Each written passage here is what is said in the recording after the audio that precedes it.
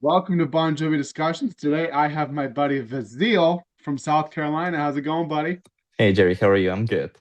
We almost matched today with the same hoodie. I almost wore what you're wearing, the Bon Jovi Forever hoodie, but then I decided to wear this. I So love it. I love it. yeah. Yeah, The new sweats, the Slippery When Wet sweatshirt. So I yeah. love it. Anyway, buddy, before we get into it, I always like to ask my new guests on the podcast, how did you become a Bon Jovi fan? Well, that's a very interesting story, actually. So, I'm originally from Bulgaria, which is a small country in Eastern Europe. And growing up, I was really into hard rock bands, something like AC/DC, Iron Maiden. And Bon Jovi was never actually my favorite band until when I was probably 12. All right, that's the end of And this episode. yeah, well, it was very funny because I was actually kind of a hater. I was, like I said, very big into more of a hard rock bands, heavy metal bands. And It's My Life was actually a very, very big song in Europe. It's still up to this day, probably bigger than Living on a Prayer. Um, I actually remember when I was first grade in school, in our English lessons, they gave us as homework to translate It's My Life, which was kind of cool. Um, and then actually our topic today lead us why I became a fan. The album What About Now and the tour Because We Can. The first stop of the European leg was my hometown, Sofia. So Oh that yeah, was basically, yeah, that was basically why I got into the band. This album, and then that led me to go back with their catalog. And I've been a fan ever since. So it's been like 13 years. So, wow. step That by step. Yeah. that is awesome. So you were a hater, and then Yeah. you got converted, and now Yeah. you know what you're missing out on before you were 12, and Yeah. you know that they are the greatest band in the world. Absolutely, without So, a doubt. so your soul has been saved. Yeah. What's your all-time favorite song? Um, See, that's very funny. It's This House Is Not For Sale. It has a very big meaning to me. I actually have the This Heart, This Soul, This Heart Is Not For Sale as a tattoo. Yeah, this song means a lot to me and the album. So yeah. That's awesome, man. Well, let's get into the topic. So you actually came up with this idea, and I think this is such a great idea. And before we get into it, you're a huge supporter of this podcast. Like you said, you've listened to almost every episode, Yep. and you signed up to be on this podcast like 2 years ago. And for those that are still waiting to be put on, I just go down the list of everybody, and you came up with this idea, and I never even thought of this idea. So we are gonna. The episode is defending the What About Now album, tour, and era. And this is such a great idea because this album gets a lot of rocks thrown at it, you know, I agree. I agree. and it doesn't. I truly love this album. I love this era, and I know, and we're gonna get into it the whole Richie Sambora thing and the Yeah. rush of the album and this and that. We're gonna go through it. Um, but overall, man, like what before we get into everything, what's your overall take of the whole album? I love the album. We're gonna get to the songs, but I remember when Because We Can came out as a single in the very beginning of 13. It was such a big song. It was almost like It's My Life. It was everywhere. Yeah, I mean, back home, I don't know how it was, in the States. But overall, the album was so well accepted back home. And later on, I started finding out that people don't actually like the album as much as like I thought. Um, but yeah, I love how fresh it sounds. It sounds very different from anything else. It doesn't sound like that country, like let's say Lost Highway, and a little bit from Have a Nice Day. yeah, It doesn't sound as rocky as maybe The Circle. It's very like pop oriented, and I love that. I think yeah, it sounds very fresh. I've played a lot of songs to my friends who are obviously my age. I'm 25 now, so they're really into the songs from this album simply because it sounds so modern. And I think that's why a lot of the old fans doesn't like it as much because it's so modern. I think it's, you know, towards the younger generation of fans. yeah. I I remember. So let's go all the way back to I would say early fall of 2012. I remember there was an interview. So the Bon Jovi the 2011 tour ended in July, And then obviously the band took the rest of the year off. John did some KOS shows. Well, at the time it was JBJ and Friends shows. And then I think early fall, John had in 2012. He had an interview, and he said that he was writing for a solo album. And later on, we found out that Not Running Anymore, which I think was produced by John Shanks, and I think David's on there too. Hmm. I But didn't know that. what's that? I didn't know about that. No. So the idea was that it was What About Now was going to be a solo album. At the time, John just Hmm. said there was a new album being written, but it might be for a solo album, it might be for the band. He wasn't sure. And then a few weeks later, Not Running Anymore came out, which was for the film Stand Up Guys, which is a great film. And Absolutely. Yeah. there was a video for it, but there wasn't really any talks about the release of What About Now. There was just John saying, "Hey, there's going to be an album coming out soon. We don't know what the name of it's going to be, this and that." So everything was up in the air as far as the album goes. We just had that new single, Not Running Anymore, which technically was not a single for the album. Yeah. It was just to put out there for the movie. Yeah. It was actually, and I think it was actually a bonus track on, It yeah, was. it, It it was. was a It was bonus on the track. Yeah. European edition. Yeah, Yep. I remember. Yeah. Yeah. So, and fantastic song. I really love it. I Um, like to. Yeah. and then I would say probably at the end of December, it was announced there was going to be a new single coming out in early January called Because We Can. And obviously that was the kickoff for the new album announcement. So Because We Can was the first single, like you said, it was a huge over in Europe. It was Hmm. big here. I remember I was still a teenager. I think I was a senior in high school. And I remember um, I had to shovel them. We got so much snow, and I needed something to pump me up. And obviously, the new single was out. What about or Because We Can? And I probably had that song on repeat the whole time and I was out shoveling for a long time, and I couldn't get enough. I listened to it everywhere that I went, and so that was the single. Then I think 3 days later they announced the album cover. They announced Hmm. the album was going to be called "What About Now?" The day of the release of Because We Can. 3 days later, they announced the album cover, and then we're going to get into that here in just a second. Actually, you know what? Let's do it now. So the album cover, for those that are watching on YouTube, um, obviously everyone that's listening to this knows what the album cover Did is. See, hear you. it looks a lot, so you can tell more detail in the vinyl than you can on the CD. My vinyl is downstairs, Yeah. but so you can see the band more in the Hmm. vinyl. On the CD cover, you really have to look. But so this was a really cool concept back in 2013. This is when technology was kind of really taken off. So if you had the Bon Jovi app in 2013, you could point the camera on the app to the album cover, and everything would come to life. You'd see the soldier with the guitar climbing up a mountain playing the guitar. I don't think he plays guitar, but then you see the bandages moving up and down. Hmm. Hmm. You Hmm. see the heart and dagger coming, and I really love the heart and dagger logo in the center. I love it. I The love knife it. note is not a dagger per se, but it's more of a knife that you put your finger. What's that called? I forget the name I of the knife, but you put your finger. yeah. It's like a knuckle Yeah. thing. Yeah. Um, and then obviously then the band is in the background, and the band walks out of it, which is pretty. So they all got painted for this, and so it's pretty cool. But this is back in 2013. Could you imagine if they did that now? How much cooler it would probably look. You know, Absolutely. Yeah. Yeah. you know. And if you did it on the tour, not the second tour program, but the first tour program, it did the same thing. You put your camera at it, and it would Yeah. Yeah. come to life. But it was really cool. And so yeah, Because We Can was their first single, and I remember we got 4 music videos because it was a story about this. Hmm. Hmm. Hmm. I think he was a soldier coming home, and he was a boxer, and he meets the woman of his dreams or something like that. But it was a 4-part series.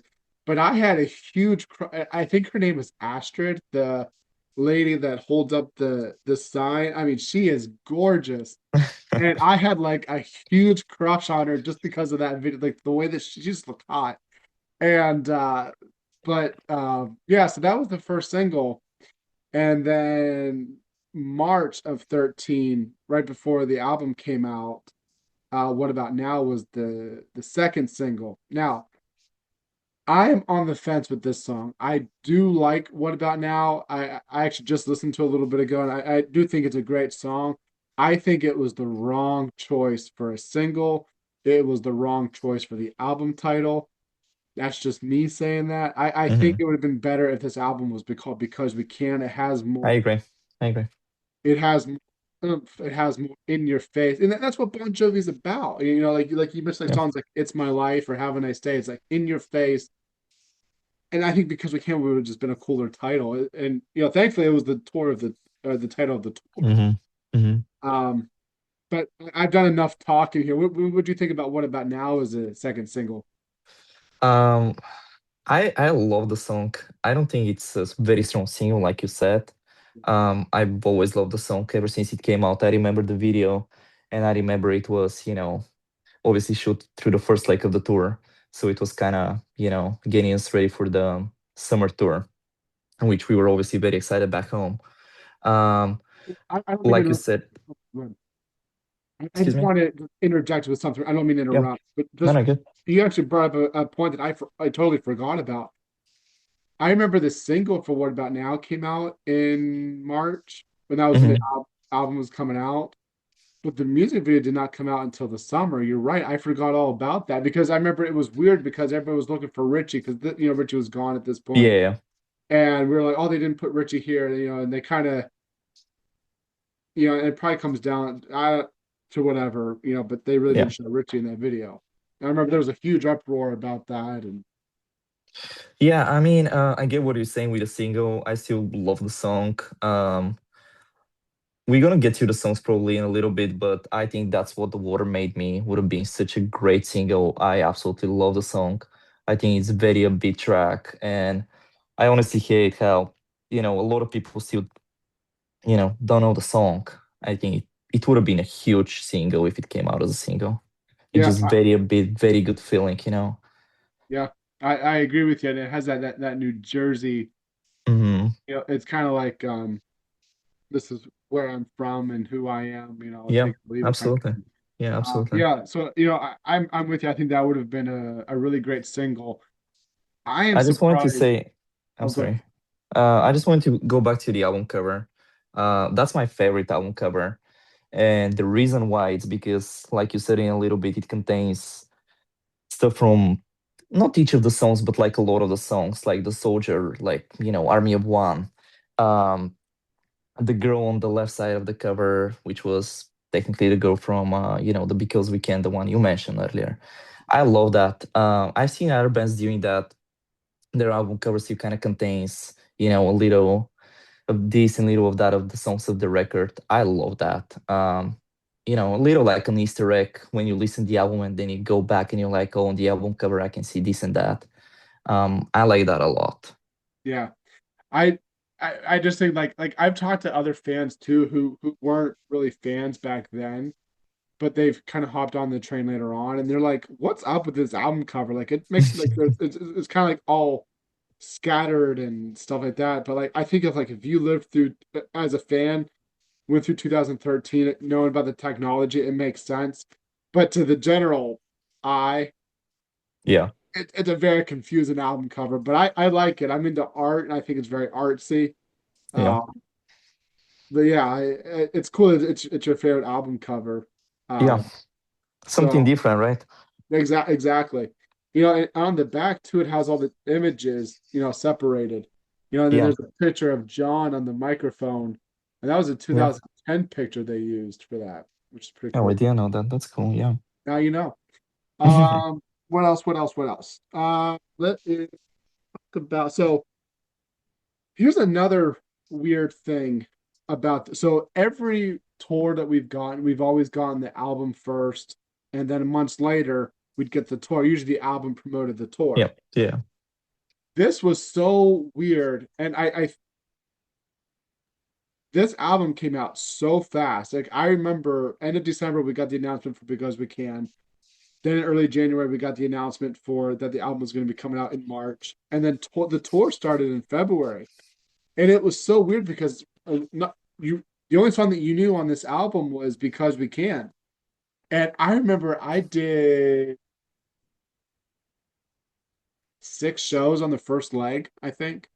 Oh And wow. obviously that's how I learned the new songs. Thankfully we had YouTube and you could learn the songs through YouTube.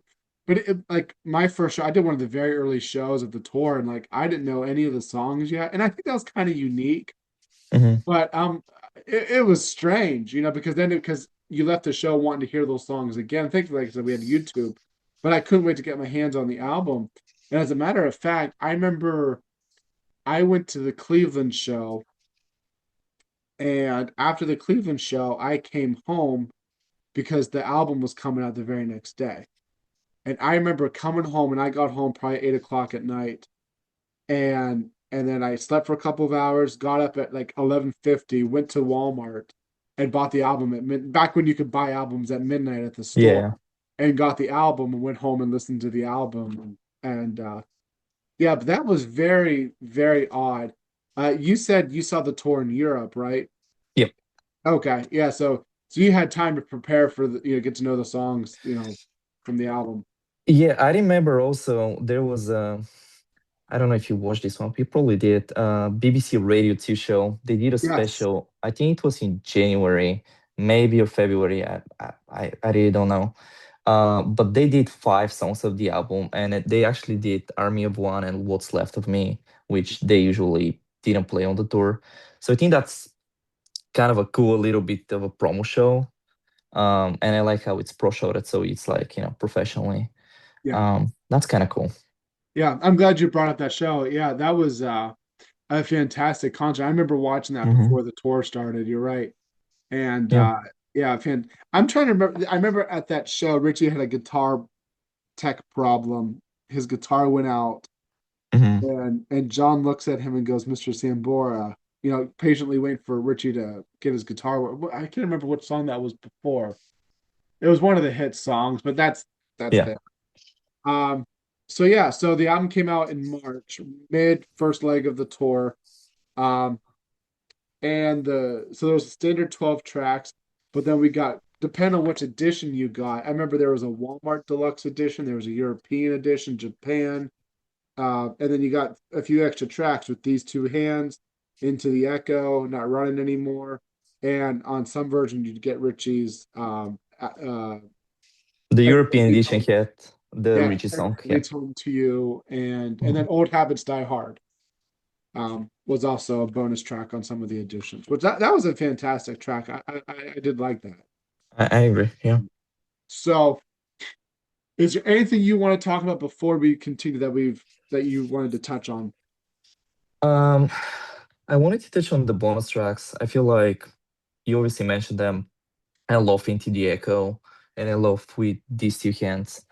Um, I would change some of the tracks from the album for these 2 songs. I think they would have helped a little bit more the album probably to get a better, fan reaction. I love the song "Burn with Me," which is an outtake. Yeah, It's obviously not on the editions, but I think this song it's probably the best song from all of these tracks.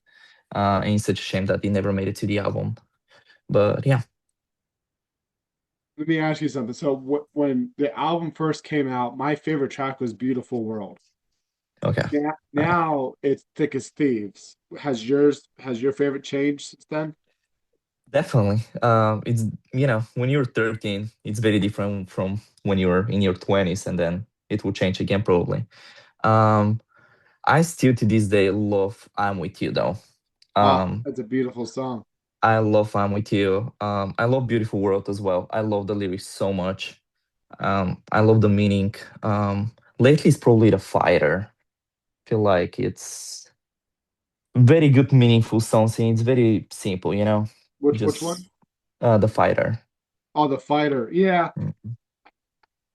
it's like the fight. I never got crazy about it, but Mhm. I always thought it kind of was similar to Not Running Anymore with that acoustic, which I love.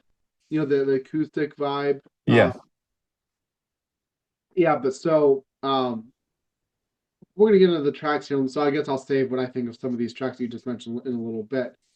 But let's talk about the big thing about this album, and this is where a lot of people will throw rocks at this album, the whole Richie Sambora departure. And before we get into it, for those that are listening, I love Richie. I love the band. I love where the band is at now. I love what Richie's doing. I support both. I'm kind of over the whole reunion thing. I think at this point, it's just if it happened, great. If it doesn't, okay.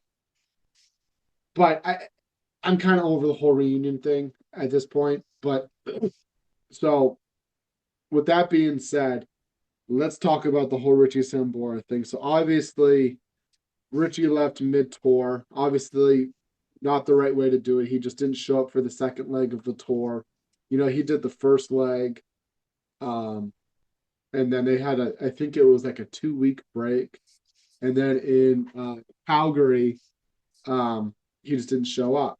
But let's backtrack it just a little bit to kind of give some depth to the story. So in 2012, like I said, the tour ended in July of 2011. Richie started working on his third solo album, Aftermath of the Lowdown. Fantastic album. It's actually my second favorite Richie album. Okay. And then at the same time, John was also writing and recording What About Now? So all these years, we've never heard of what was going on behind the scenes with both of this. We all kind of had the consensus that Richie wanted to take some time to promote Aftermath of the Lowdown and do some shows. I remember the show that I wanted to go see Richie do, he canceled, which is a bummer. Um, so we all kind of had an idea that Richie didn't get enough time to promote the album or whatever. Because John wanted to get this album out and tour it, and I in my eyes it's Bon Jovi first. Where am I going with this? So they promote the album, then they tour it, and I saw 6 shows on the first leg. Um, and I thought everything was good and dandy with Richie and John, and John seemed really happy, and they have a number one album, they have a number one tour, Yeah. um, blah blah blah. And then Richie just doesn't show up, and so all these years, the media has thrown out all these clickbait articles, or it's about money, or it's about this or that, and then John and Richie are well. John would say it's not this, not and Richie would never stand up for John or the band or ever say this is basically he would say he wanted to be home for his daughter, and that's a valid reason. Um,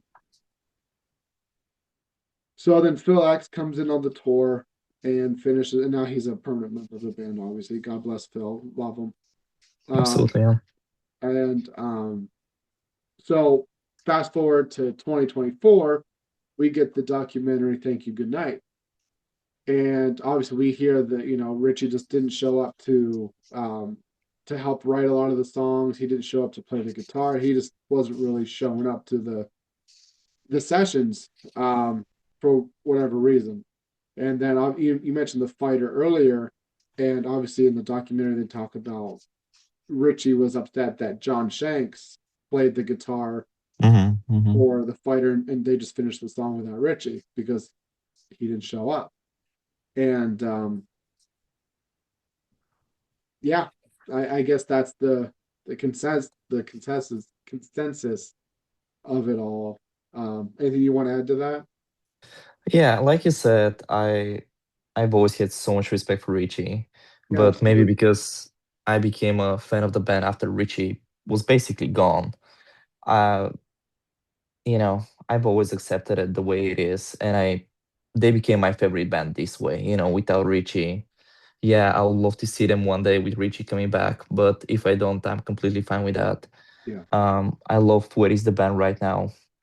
And like you said, Bon Jovi is at first place. At the end of the day, Richie Sambora is Richie Sambora because of the band Bon Jovi. John Bon Jovi is the same. Each of them was first part of the band before it became, yeah, solo artists or whatever. So yeah, absolutely, I agree with you.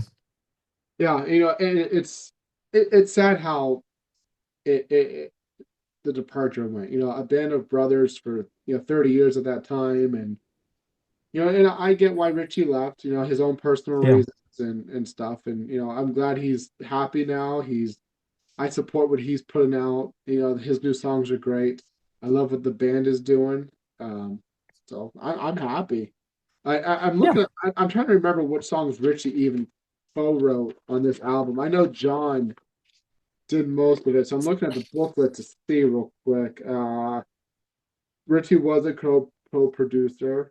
Um, so Because We Can and What's Left of Me was written by John and Richie and Billy Falcon. Uh, Pictures of You and Thick as Thieves, Richie wrote on. Uh, and then Army of One, Richie wrote on. So he was a co-writer on some of the songs. yeah, So it wasn't like he was completely absent from the recording process. But thankfully, Phil did save the rest of the tour, because they could have just canceled the rest of the tour.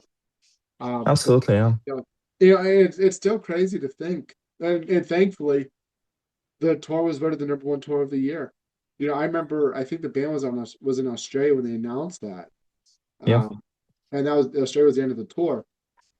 I heard rumors back in 2013 that they were going to extend the tour um, into 2014, but at the time they weren't sure about the future of Richie, if he was going to come back or not. And with the whole Richie thing, I think my personal belief is I think John just said no, let's just finish this tour and just yeah, because John also went through a lot of turmoil with not only Richie but then the record company, hence burning yeah, bridges, yeah, yeah, and yeah. stuff like that. So, but it would have been cool for this tour to continue on, but like you said, you saw your first show was in Sofia, which is the name of the car that they used Yeah. for the stage. That was the very Mm-hmm. first show of the Europe tour, Yeah. and man, that is my favorite stadium design. Absolutely. I, Absolutely. I did the two New Jersey shows in July Hmm. 13, and man, I thought it was such a cool, like, pictures don't even do it justice. Like, seeing the real thing Yeah. was and like the way that they did the intro too, with like the lights flashing, the headlights. Man, it was awesome. I loved it.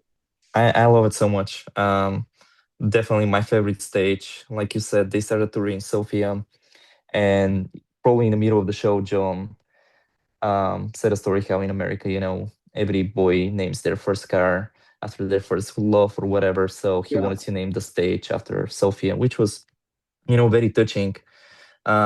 Something interesting for the second leg of the American tour, they did a little promo video. John was talking about the tour, and actually a lot of the footage from in the video was from Sofia. So that was kind of cool. Um, Unfortunately, it was very short and show because John had some issues, and the show Oh, was only 20 songs. yeah. Uh, Only um, 20 songs. That's funny I that you mean, say that, because like as Bon Jovi fans, like we're yeah, so used to like 25 to 30 songs, and yeah, then we're like he only did 20 songs. Like that's what a lot of artists will only do like 15 to 20 songs at that's true. most. And here That's we true. are. Oh, they only did 20 songs. Yeah. But yeah, Um, allergies at that show, if I remember. Yeah, he had an allergy, and there's something very funny that I don't know if a lot of people know about that. But the next day, in one of our morning shows in Bulgaria, there was this fake manager who came in the show to talk about John and his allergy reaction. And it turned out that it's obviously not John's manager; it was some guy who was pretending to be. Oh my God. So I remember it was a very big thing back then, how they let this fake guy to go on, the primetime breakfast show. That was funny. Yeah. I'll have to look for that. I never knew that. That's fun. Yeah. Yeah. I think the time was Paul Brazilian. Not that You know, much. I did face and bunch of accounts. That's funny. um, yeah, go on, go on. Talk about the tracks. We won't go track by track, but we'll just kind of talk about some of our favorite songs and stuff. We kind of talked about Because We Can already. Uh, I'm With You, I think, is fantastic. I've actually learned to love that song a lot. And one of my favorite parts about that song is the chorus. the way that John builds the song into the verse, into the chorus, it picks up, and then you get that um, beginning of the chorus. But then what really picks it up is if I got one thing, I got something to prove, or something like that. I Yeah, love when that builds up, and John takes it to another level. So, like, I love that. I think it's a great part of the song. absolutely agree with you here. Yeah. And then that I'm with you. I love that collective part of the song, and Yeah. it kind of reminds me of the songwriting from these days. Where it's an album of let's find hope together, let's find the answer, and we're not alone in how we're feeling. We're not alone in this world, and I'm with you. Kind of falls into that songwriting. I always Yeah, thought yeah. uh, I agree with you. Yeah, absolutely. we talked about What About Now already, which I think is still a great song. Just I would have picked it as a single. Yeah. Pictures of You. I love the songwriting on this. I swear that I feel like Picasso and You're My Masterpiece. I painted you a lifetime was left a memory. I think it's fantastic songwriting. Um, Yeah, I'm sorry to interrupt you here. I never get why people complain so much from the songwriting on this album. I've read it a bunch of times how this album is the worst songwriting by John on any of the albums. I actually think this is one of the better written albums, especially in the 2000s. yeah, Um, it, you know, almost each of the songs has a very good, unique, uplifting story, and I love that. yeah, I agree with you. And please interrupt me anytime you want. We're just going through the tracks here. The next one is Amen. Now, I will admit, I got so sick of Amen in 2013. It seems I like agree. every album release, there's always a John favorite, and they'll play it at interviews, and they play it on all the promotional stuff. I got so tired of Amen in Absolutely agree with you. 2013 with the interviews, then on the tour. I just got so sick of it. But I would say probably in the last 5 years, I actually have loved it a lot more. I want it to come back to the set list. I hate myself for hating that. Not hate, I did like the song in 2013. I did like it. I just got sick of I get it. Yeah, yeah. um but Amen is definitely a beautiful song, and I think it's one of those songs that shows you how great of a singer John still is.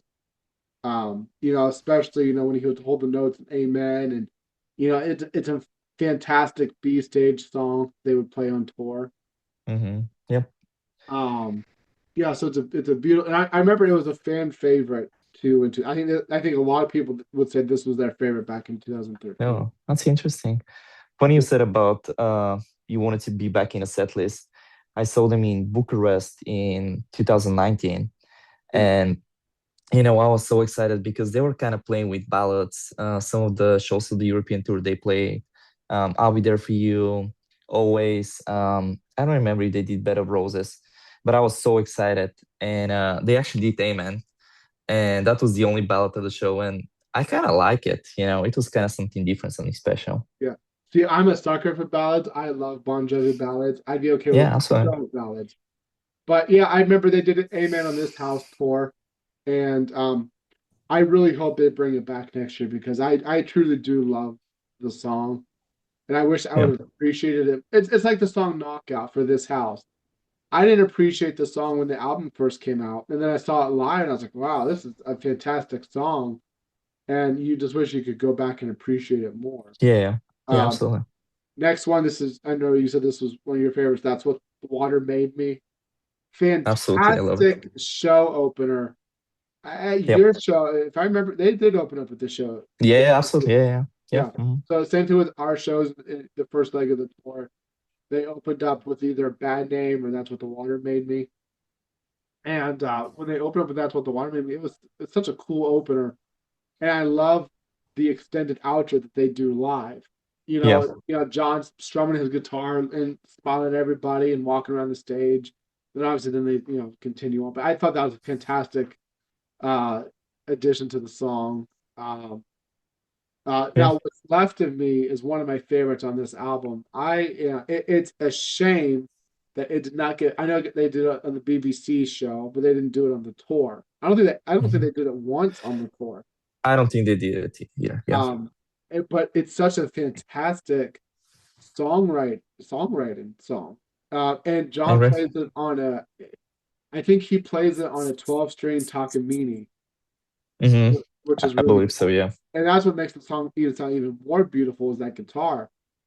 And I just love, for 30 odd years, I was a newspaper man, made my living with a pen and a pad. God, I miss the smell of paper and the ink on my hand. Kind of just talk about how the world's evolved and like, even like you look at that song now and think of those lyrics, like newspapers don't even, barely even exist anymore, that's true. and so just like how the world's changing but yeah, I think that's a beautiful songwriting song. Um, I agree. Army of One. I really like the message in that song. Don't give up. It's kind of even if no one believes in you or wants to follow. It's kind of like we weren't born to follow. You lead your own path, and if people choose to join you in that path, they do. If they don't, they don't. But don't give up. Don't give up in what you believe, and you are yourself, and that's an army in itself. Yeah, the message is great of this track. Yeah, Thick as Thieves. This is becoming my favorite song on the album now. Um, I love the electric chair line. You know, Mhm. when they pull the switch, we just kissed. You Yeah, know, it, I think that song got performed maybe once or twice on the tour. I wish it got performed a lot more. It's a gem of a song. Um, Next one is Beautiful World. Really fun. Actually, this song has my favorite lyric of the whole album. When I look into your eyes, I'm just happy I can. You know, that's a because good line. Yeah, like even now, like how horrible the world is. And what we're seeing right now going on, like in our country. yeah, And or if you just have a bad day and or you come home and you see your spouse and your child and you're just happy to see them, and that's what makes everything better. So I just love that it's such a simple line, but it has so much depth to it. I agree. Uh, Yeah, and it has such, like the bridge to it. The pretzel man's wearing his Gucci glasses. The widow spreads her leathers ashes. I'll hold on to you. yeah, It's such a fun sing along bridge. it is. It is. I wish they Uh, played much more. I don't think it ever got played live ever. I don't think. Oh, oh wow. Yeah. Um, the next one's Room at the End of the World. I was actually talking about this song to a friend last night. Um, and I really like how intimate this song is. It is. It is. Well, my understanding of this song is very different from probably yours or anybody else. But so like I said, I saw the band in Bucharest, so I had to travel to basically another country to see them. And then on the 22 tour, I had to travel from Bulgaria all the way to Dallas, Texas to see them. Next year, I'm traveling from South Carolina to Madison Square Garden to see them. So What shows? this song, yeah, the meaning behind this song is even if the show is going to be at the end of the world, I'm going to be there for the band, and I know the band is Yeah. going to be there for me. You know, After we record, tell me what shows you're gonna go I will. Yeah. to. Next one's The Fighter. I enjoyed it. I'm actually going to listen to it after or after this podcast. So I kind of want to go put this on. Next one is With These Two Hands. Absolutely love it. I'm I surprised love this it. didn't make the standard album. This is the bonus track now. Um, I'm surprised it really didn't make the standard album. Because it has that kind of like What About Now? You're like, let's start fixing things together, and you can make change yourself. Yeah, Just take some hard work and blah blah blah. Into the Echo. This is probably my second favorite of this album. I love it. I love it. I love the way that John sings it. Hmm. With a lot of vulnerability, and I just love the way that he sings it. That's what really pulls you into the song. Um, we talked about Not Running Anymore. great Yep. song. And then obviously Hold Abbott's Die Hard, that was a good song. We got Richie's Aftermath of the Lowdown. Um, yep. So that's the album. Was there anything you want to say about these tracks that we didn't already cover? No, you basically mentioned everything. Yeah. Well, I to be honest with you, I actually had a lot to say about each song, but we were kind of talking about the whole era in general, so I kind Yeah, of just yeah. held back. But we'd still be talking on track two if I talked a lot more about each song. But yeah, but overall, what we're doing here is defending the album, and it is truly great songwriting. It's a great band album. I know a lot of the turmoil with Richie on this album kind of makes fans just hate it, but you look past that, it's a fantastic album. It really is.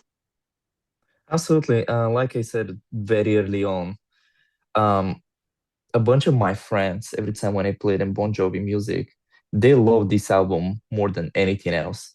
Just the way it sounds. For the younger generation, this album it's speak a lot more, Mhm. and I like that. I feel like Bon Jovi's always been a band that it's like trying to prove. Well, they used to be like this, but you know, um, we new generations, and I feel like they definitely want a lot of other younger kids. So I will always love this album because of that. Yeah, For you, I know it was Crush. Well, what about now? It's my crush. If that yeah, makes sense. Yeah. yeah, absolutely, man. It's so cool to meet another fan that really appreciates What About Now, and not only that, but actually got into the band because of that album and that Yeah, era. absolutely. You know, Absolutely. I think that makes you appreciate the album even more. You know, because I go back to Crush, and Crush is a fantastic album, but like looking back, and that's when I became a fan, and Hmm. learning about the band and making memories with that album and stuff. It kind of brings me back to that time and era uh, of becoming a fan. So it makes the album even more special.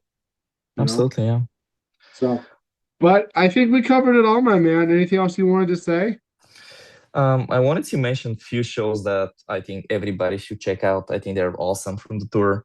Um, Obviously, we talk about the BBC Radio 2 show. Um, you've been to the MetLife show. Both of the shows, they're pretty good. Is it the first night or the second night the live stream they did? I think it was the first night because I remember they announced that the shows were going to be back to back. I think it was supposed to Hmm. be like the 24th and 25th or 25th and whatever. And then a few months later, they switched it to I think it was the 25th to the 27th. Okay, yeah. So there was a day off in between, but I do think it was the first night that they live streamed it. Yeah, that show is great. The Rock in Rio show, it's amazing. The one show though from the entire tour that I think it's one of the best Bon Jovi shows ever. Which And I'm one? saying this, um, I'm talking about the San Siro show in Milan, in Italy. Oh yeah, Uh, and the Italian fans they did the Bon Jovi yeah. Forever Hmm. throughout the. Yeah, I thought that was awesome. 30 songs in Divided, Never Say Goodbye, This Ain't a Love Song, Dry County, you know, amazing show. People should go out and check it out. It's Oh really yeah, amazing show. yeah. The European set list on that tour were fantastic. A lot of, like you said, Hmm. Undivided and Hey God and Yeah. uh Yeah. this these days and they did so many deep tracks on that tour. Yeah. I don't think what other ones that they did in Europe. Uh, they did Bounce Oh, wow. every day. I think got played. But the list goes, and then obviously Tug Love, they had a lot of fantastic set lists too. But Yeah. um, yeah, a lot of great shows, and I also love the Australian shows that they did. Hmm. And Phil X did a cover of "Shook Me All Night Long," and Yeah. Um, Very big AC/DC fan. So, yeah, I remember that. Yeah. so that was awesome. Yeah. And obviously that's when they concluded the tour. That was December. I remember watching the live stream. I think they did a live stream of the final show of the tour, and I remember because Australia is like 12 hours ahead of us. Hmm. So I think I remember watching it in the morning, or if I remember correctly, or something like that. I have to, Yeah. but yeah. So yeah, great shows you mentioned. Um, again, buddy, thank you for supporting the podcast. I'm glad to finally have you on the podcast. Thank you, Jerry. I And appreciate it a lot. you're a great guest, great subject to talk about, and have you on again. Thank you, buddy. All right, See ya. buddy. Stay on. I'm gonna end the recording, but thanks again, man. Thank you.